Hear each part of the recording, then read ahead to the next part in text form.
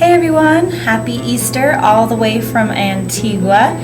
This week, Semana Santa has been absolutely crazy, but I'll share some of the stuff that I've discovered with you guys. So this week, my peaceful city of Antigua turned into a giant mob of people. My roommate Adria and I tried to escape the crowds a couple of times, and the best things that we did was we went to Hill of the Cross one day for a few hours and just sat and talked.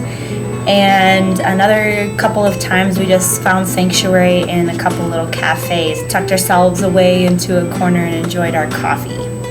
We actually found this really great little coffee place that will serve your coffee in a canning jar. How cool is that? This week of Semana Santa, one of the most common things that I saw was something that's called an alfombra. It's this beautiful carpet made out of colored sawdust, wood chips, fruit, and things like that. It's placed in the middle of all of the roads, and the processions walk over it. So today, I'm going to talk to you a little bit about how to make an alfombra. To start off, you need tons and tons of wood chips and sawdust. These are varying levels of fineness. You have everything from large wood chips to very, very fine sawdust, and everything in between. Days ahead of time, you take the fine sawdust, portion it out into different amounts, and add dye and water to it to help the dye soak into the sawdust itself. You have to do this ahead of time so that it will have time to dry before you actually use it the day of making the alfombra. There's not really any way that you can get around dyeing your hands and your fingers with the dye from the sawdust when you're doing it. I wore gloves and still ended up with red fingernails for a week.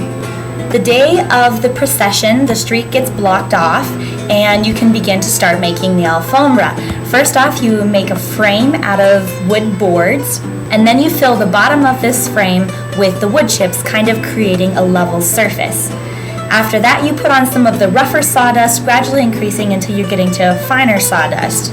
Then you level it off, as you can see here, by running a board across the top of it. And you begin to add the colored sawdust that's very fine and dry by this time. After the initial layers of colors have been put down, you can use one of a number of different stencils and color combinations to create whatever kind of pattern that you want.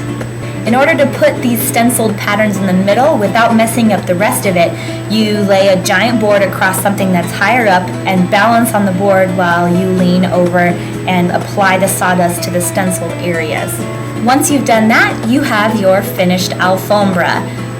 There's a bunch of varieties of ways that you can do it. Some people use this special type of reed or grass link thing instead of wood chips for the initial layer. Other people will add fruit or other different kinds of designs. One of my friends even saw an alfombra with a bowl of goldfish sitting in the middle of it. So you can be as creative as you want to be. The alfombras are a lot of work, but if it's something you're interested in doing, you never know. You might have a chance, especially if you come visit someplace like Antigua during Semana Santa. So the word for this week is a distinctly Guatemalan word. It's the word chiquito.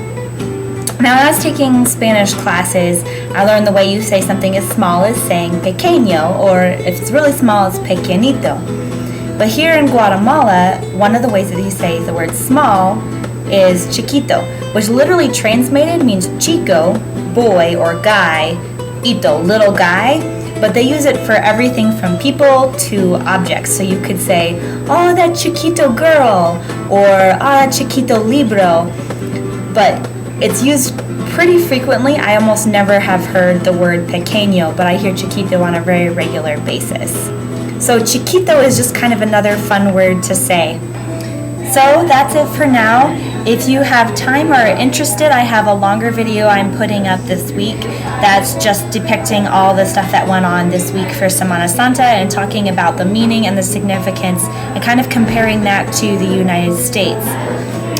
This next weekend, we're going to a town called Sheila, where we'll be working at a shelter for domestic violence victims who have been rehabilitated. Now, the women who live in this shelter are of varying ages, and some of them are very young. Most of them are mothers, not all of them, but all of them have had some terrible things happen to them in their life. So we're going to go there and talk with them, get to know them, and just love them for the few days that we're there. Until then, have a great one. I'll talk to you later.